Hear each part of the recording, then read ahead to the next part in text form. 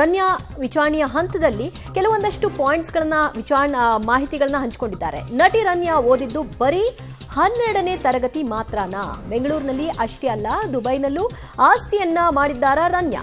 Real estate business ಅನ್ನ ಮಾಡ್ತಾ ಇದ್ರ ನಟಿ ಅನ್ನುವಂತಹ ಪ್ರಶ್ನೆ ಕೂಡ ಇದೆ. ಡಿಆರ್ಐ ಅಧಿಕಾರಿಗಳ ಎದುರು ನಟಿ ರನ್ಯಾ ಹಾಗಾದ್ರೆ ಬಾಯ್ಬಿಟ್ಟಂತಹ ಅಂಶಗಳೇನು? ಗೋಲ್ಡ್ ಸ್ಮಗ್ಲರ್ ರನ್ಯಾ ವಿಚಾರಣೆಯ ಸೂಪರ್ ಎಕ್ಸ್ಕ್ಲೂಸಿವ್ ಮಾಹಿತಿ ಪಬ್ಲಿಕ್ ಟಿವಿಗೆ ಲಭ್ಯವಾಗಿದೆ.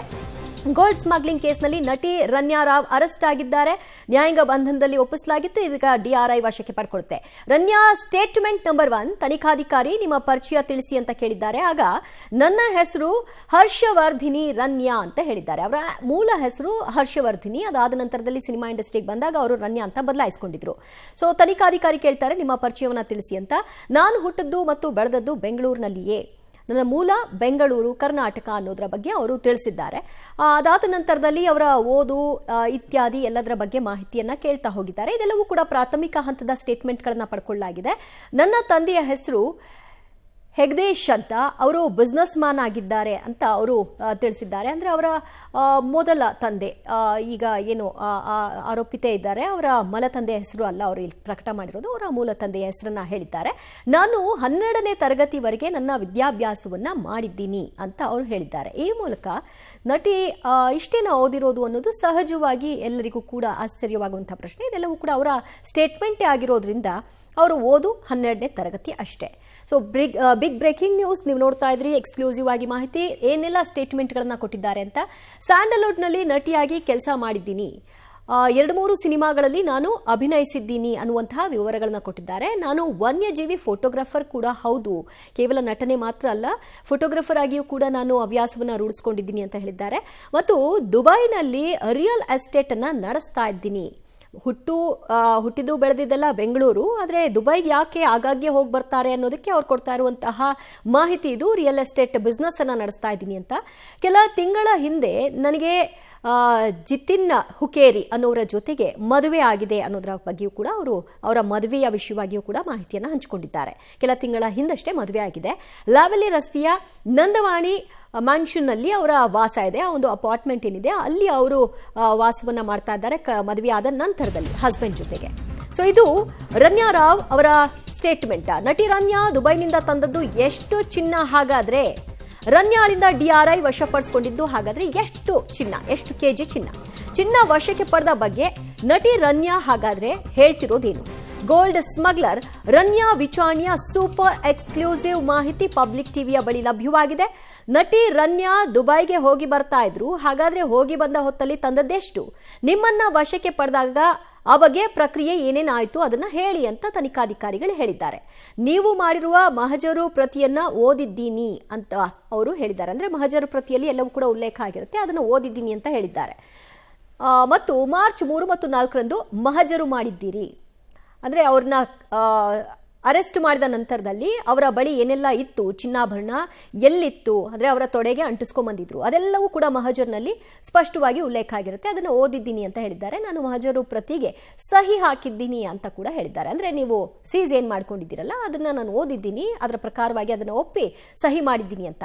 ಮಹಜರು ವೇಳೆ ಸ್ಥಳದಲ್ಲೇ ಇದ್ದೆ ಅನ್ನೋದನ್ನು ಕೂಡ ಖಾತ್ರಿಪಡಿಸ್ತಾರೆ. ಅಂದರೆ ಅವ್ರನ್ನೇ ಅರೆಸ್ಟ್ ಮಾಡಿದ್ದು, ಅವರಿಂದಲೇ ಅದೆಲ್ಲವೂ ಕೂಡ ವಶಪಡಿಸ್ಕೊಂಡಿದ್ದು ಅನ್ನೋದಕ್ಕೆ ಅದೆಲ್ಲವೂ ಕೂಡ ಮುಖ್ಯವಾಗುತ್ತೆ. ಹಾಗಾಗಿ ಮಹಜರು ವೇಳೆ ಸ್ಥಳದಲ್ಲೇ ಇದ್ದೆ ಅನ್ನೋದರ ಬಗ್ಗೆಯೂ ಕೂಡ ಅವರು ಹೇಳಿದ್ದಾರೆ. ಅಂದರೆ ಈಗ ಎಷ್ಟು ಗೋಲ್ಡ್ ಆಯಿತು, ಅದಕ್ಕೆ ತೂಕ ಹಾಕಿಸಿದಂತಹ ಸಂದರ್ಭದಲ್ಲಿ ಇಷ್ಟಿತ್ತು ಅನ್ನೋದನ್ನೆಲ್ಲ ಅವರ ಸಮ್ಮುಖದಲ್ಲೇ ಮಾಡಿರ್ತಾರೆ. ನಿಮ್ಮ ಪ್ರಕ್ರಿಯೆಗಳನ್ನು ನಾನು ಒಪ್ಪಿದ್ದೀನಿ ಅಂತ ಹೇಳೋ ಮೂಲಕವಾಗಿ ನಟಿ ರನ್ಯಾ ಸಹಿಯನ್ನ ಹಾಕಿದ್ದಾರೆ. ಸೊ ಇದನ್ನ ಕಾಪಿನ ನಾನು ಪೂರ್ತಿಯಾಗಿ ಓದಿದ್ದೀನಿ, ಸ್ಪಾಟ್ನಲ್ಲಿ ನಾನಿದ್ದೆ, ಇದೆಲ್ಲವನ್ನು ಕೂಡ ಒಪ್ಪಿಯೇ ನಾನು ಇದಕ್ಕೆ ಸಹಿಯನ್ನ ಹಾಕಿದ್ದೀನಿ ಅಂತ ತಮ್ಮ ಹೇಳಿಕೆಯಲ್ಲಿ ಕೊಟ್ಟಿದ್ದಾರೆ. ಇನ್ನು ಸ್ಟೇಟ್ಮೆಂಟ್ ನಂಬರ್ 2, ನೀವು ನನ್ನಿಂದ 17 ಕೆಜಿ ಚಿನ್ನದ ಬಿಸ್ಕೆಟ್ ಅನ್ನ ವಶಕ್ಕೆ ಪಡೆದಿದ್ದೀರಿ. ಇದು ತನಿಖಾಧಿಕಾರಿಗಳು ವಿವರಣೆಯನ್ನು ಕೊಡಿ ಆ ಪ್ರಕ್ರಿಯೆಗಳ ಕುರಿತಾಗಿ ಅಂತ ಅಂದಾಗ ಆ ಇಡೀ ಪ್ರೊಸೀಜರ್ ಏನಿದೆ ಅದೆಲ್ಲವನ್ನು ಕೂಡ ವಿವರಿಸ್ತಾ ಹೋಗಿದ್ದಾರೆ.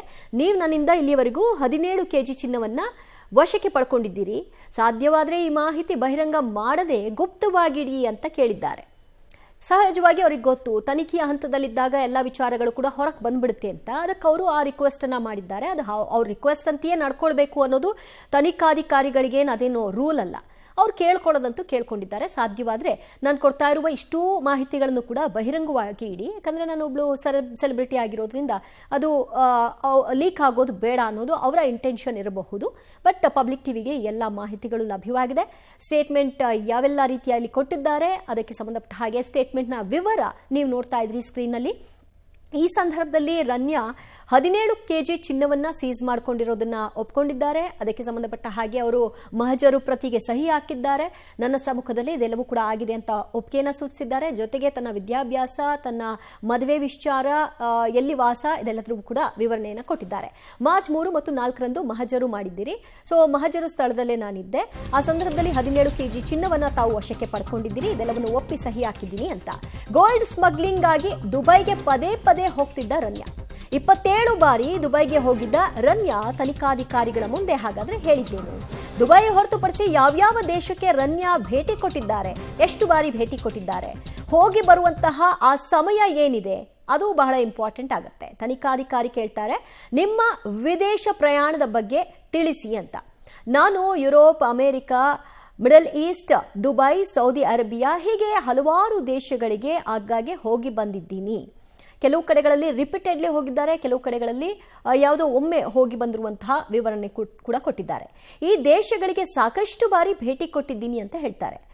ಅಂದರೆ ಅದು ಟೂರಾ ಅಥವಾ ವ್ಯವಹಾರವಾ ಏನು, ಅದೆಲ್ಲದರ ಬಗ್ಗೆಯೂ ಕೂಡ ಅವರು ಮುಂದುವರೆದಂತೆ ಹೇಳ್ತಾ ಹೋಗ್ತಾರೆ. ಅಮೆರಿಕ, ಯುರೋಪ್ ಸೇರಿದಂತೆ ಎಲ್ಲ ದೇಶಗಳಿಗೂ ಕೂಡ ಬಹಳಷ್ಟು ಬಾರಿ ನಾನು ಹೋಗಿ ಬಂದಿದ್ದೀನಿ ಅಂತ ಅವರು ಅವರ ಹೇಳಿಕೆಯಲ್ಲೇ ಉಲ್ಲೇಖಿಸಿದ್ದಾರೆ. ನೀವು ಕೇಳಿದ ಎಲ್ಲ ಪ್ರಶ್ನೆಗಳಿಗೆ ಉತ್ತರಿಸ್ತೀನಿ ಅಂತ ಕೂಡ ಅವರ ಸಂಪೂರ್ಣ ಸಹಕಾರವನ್ನ ತನಿಖೆಗೆ ಅವರು ತೋರಿದ್ದಾರೆ. ತನಿಖಾಧಿಕಾರಿಗಳು ಸೀಸ್ ಮಾಡಿದ ನಂತರದಲ್ಲಿ ಕೇಳ್ತಾ ಇರುವಂತಹ ಪ್ರಶ್ನಾವಳಿಗಳಿಗೆ ಅವರಿಂದ ಸಂಪೂರ್ಣ ಸಹಕಾರ ಇದೆ, ನಾನು ಎಲ್ಲವನ್ನೂ ಕೂಡ ಉತ್ತರಿಸ್ತೀನಿ ಅಂತ ಹೇಳಿದ್ದು ಅವರ ಒಂದು ಸ್ಟೇಟ್ಮೆಂಟ್ ಅನ್ನ ಮುಂದುವರಿಸಿದ್ದಾರೆ. ನಾನೀಗ ಸಾಕಷ್ಟು ಬಳಲಿದ್ದೀನಿ, ಟಯರ್ಡ್ ಆಗಿದ್ದೀನಿ. ಅಫ್ಕೋರ್ಸ್ ಆ ಒಂದು ಫೋಟೋ ನಾವೇನು ನೋಡಿದ್ವಿ ಮಂಗಳವಾರ ಅರೆಸ್ಟ್ ಆದ ನಂತರದಲ್ಲಿ ತೆಗೆದಿದ್ದಂತಹ ಫೋಟೋ, ಆ ಫೋಟೋ ನೋಡಿದ್ರೆ ಗೊತ್ತಾಗುತ್ತೆ. ಸೊ ಹಾಗಾಗಿ ನಾಳೆ ನಾನು ಎಲ್ಲ ಸ್ಟೇಟ್ಮೆಂಟ್ ಕೊಡ್ತೀನಿ ಅಂತ ಅವರು ಅರೆಸ್ಟ್ನ ಮೊದಲ ದಿನ ಹೇಳ್ಕೊಂಡಿದ್ರು. ನಟಿ ರನ್ಯಾ ಗೋಲ್ಡ್ ಸ್ಮಗ್ಲಿಂಗ್ ಪ್ರಕರಣ ತನಿಖಾಧಿಕಾರಿಗಳ ಎದುರು ರನ್ಯಾ ಹೇಳಿಕೆ ಕೊಟ್ಟದ್ದೇನು, ಯಾರ ಒತ್ತಡಕ್ಕೆ ಮಣಿದು ಈ ಕೆಲಸ ಮಾಡ್ತಿದ್ರು ರನ್ಯಾ ಅನ್ನುವ ಪ್ರಶ್ನೆ ಸಹಜವಾಗಿ ಎದ್ದಿದೆ. ಅಧಿಕಾರಿಗಳ ಮುಂದೆ ಹಾಗಾದ್ರೆ ಗೋಲ್ಡ್ ಕಳ್ಳಿ ರನ್ಯಾ ಕೊಟ್ಟಂತಹ ಸ್ಟೇಟ್ಮೆಂಟ್ ಏನು? ಗೋಲ್ಡ್ ಸ್ಮಗ್ಲರ್ ರನ್ಯಾ ವಿಚಾರಣೆಯ ಸೂಪರ್ ಎಕ್ಸ್ಕ್ಲೂಸಿವ್ ಮಾಹಿತಿ, ನೀವೇನಾದರೂ ಹೆಚ್ಚಿನದನ್ನ ಹೇಳಲು ಬಯಸ್ತೀರಾ ಅಂತ ಕೇಳಿದ್ದಾರೆ. ಅಂದ್ರೆ ಅವ್ರು ಕೇಳಿದ ಪ್ರಶ್ನೆಗೆ ಹೊರತುಪಡಿಸಿ ಇನ್ನೇನಾದ್ರೂ ವಾಲಂಟಿಯರ್ ಆಗಿ ಹೇಳಬೇಕು ಅಂತ ಅಂತಿದ್ದೀರಾ ಅಂದಾಗ, ನಾನು ಇನ್ನೇನು ಹೆಚ್ಚಿದನ್ನ ಹೇಳೋಕೆ ಬಯಸಲ್ಲ ಅಂತ ಅವ್ರು ಹೇಳಿದ್ದಾರೆ. ಈ ಕೇಸ್ನಲ್ಲಿ ಬೇರೆ ಯಾರ್ದಾದ್ರೂ ಪಾತ್ರ ಇದೆ ಅಂತನೋ, ಇನ್ನೊಬ್ಬರ ಮೇಲೆ ಆರೋಪ ಅಂತನೋ, ನಾನು ಟ್ರ್ಯಾಪ್ ಆದೆ ಅಂತಲೋ ಅದೇನಾದರೂ ಹೇಳಬೇಕು ಅಂತ ಇಂಟ್ರೆಸ್ಟ್ ಇದ್ರೆ ಅವರೇ ಸ್ವತಃ ಬಾಯ್ ಬಿಡ್ಬೋದು ಅಂತ ಅವ್ರಿಗೆ ಕೇಳಿರುವಂತಹ ಪ್ರಶ್ನೆ ಇದು. ನಾನು ಯಾವುದೇ ಕಾರಣಕ್ಕೂ ಸತ್ಯ ಮುಚ್ಚಿಡುವ ಯತ್ನ ಮಾಡಲ್ಲ ಅಂತ ಹೇಳಿದ್ದಾರೆ. ನಾನು ಎಲ್ಲವನ್ನೂ ಏನು ಹೇಳ್ತಾ ಇದ್ದೀನಿ ಅದೆಲ್ಲವೂ ಕೂಡ ಪಕ್ಕಾ ನಾನು ನಡ್ಕೊಂಡಂತಹ ರೀತಿ, ಅದನ್ನು ಹಾಗೆ ನಿಮ್ಮ ಮುಂದೆ ಇಡ್ತಾ ಇದ್ದೀನಿ, ಯಾವುದನ್ನು ಮುಚ್ಚಿಡೋಲ್ಲ, ಎಲ್ಲವನ್ನೂ ಕೂಡ ಉತ್ತರಿಸ್ತೀನಿ, ನಿಮ್ಮ ಎಲ್ಲ ತನಿಖೆಗೂ ಸಂಪೂರ್ಣ ಸಹಕಾರವನ್ನು ಕೊಡ್ತೀನಿ ಅಂತ ಕೂಡ ರನ್ಯಾ ವಿಚಾರಣೆಯ ಹಂತದಲ್ಲಿ ತನಿಖಾಧಿಕಾರಿಗಳ ಮುಂದೆ ಹೇಳಿದ್ದಾರೆ. ನನಗೆ ಬೇಕಾದ ಊಟ ನೀರನ್ನು ನನಗೆ ಒದಗಿಸಿ ಕೊಡಿ, ಇದಿಷ್ಟೇ ನಾನು ನಿಮ್ಮಿಂದ ಕೇಳ್ಕೊಳ್ತಾ ಇರೋದು, ಸಮಯಕ್ಕೆ ತಕ್ಕಂತೆ ಊಟ ನೀರನ್ನು ನೀಡಿ ಅಂತ ಅವರು ಕೋರಿದ್ದಾರಂತೆ. ವಿಚಾರಣೆಯ ಹಂತದಲ್ಲಿ ಅದನ್ನು ಆ ಸಹಕಾರ ಸಹಜವಾಗಿ ಇದ್ದೇ ಇರುತ್ತೆ. ನಾನು ಈ ಹೇಳಿಕೆಯನ್ನು ಯಾವುದೇ ಒತ್ತಡ ಅಥವಾ ಪ್ರಭಾವದಿಂದ ಹೇಳ್ತಿಲ್ಲ, ಅದು ಬಹಳ ಇಂಪಾರ್ಟೆಂಟ್ ಆಗುತ್ತೆ. ನೀವು ಸ್ವಯಂ ಇಚ್ಛೆಯಿಂದ ಹೇಳ್ತಾ ಇದ್ದೀರಾ ಅಥವಾ ಪ್ರೆಷರೈಸ್ಡ್ ಆಗಿ ಹೇಳ್ತಾ ಇದ್ದೀರಾ ಅಂತ ನಾಳೆ ದಿನ ಅದನ್ನು ತಿರ್ಚೋ ಸಾಧ್ಯತೆ ಇರುತ್ತೆ. ನನ್ನನ್ನು ಪೊಲೀಸರು ಹೆದರಿಸಿ ಬಾಯಿ ಬಿಡಿಸ್ಬಿಟ್ರು, ಹೀಗೆಲ್ಲ ಹೇಳಿಕೆ ಕೊಡಿಸ್ಬಿಟ್ರು ಅಂತ. ಅದಕ್ಕೆ ಈ ರೀತಿಯ ಎಲ್ಲ ಹೇಳಿಕೆಗಳನ್ನ ದಾಖಲು ಮಾಡ್ಕೊಳ್ತಾರೆ. ಈ ಎಲ್ಲ ಹೇಳಿಕೆಯು ನನ್ನ ಸ್ವಇಚ್ಛಾ ಹೇಳಿಕೆ ಆಗಿದೆ ಅಂತ ತನಿಖಾಧಿಕಾರಿಗಳ ವಿಚಾರಣೆಯ ಸಂದರ್ಭದಲ್ಲಿ ರನ್ಯಾ ಕೊಟ್ಟಿರುವಂತಹ ಸ್ಟೇಟ್ಮೆಂಟ್ಗಳು.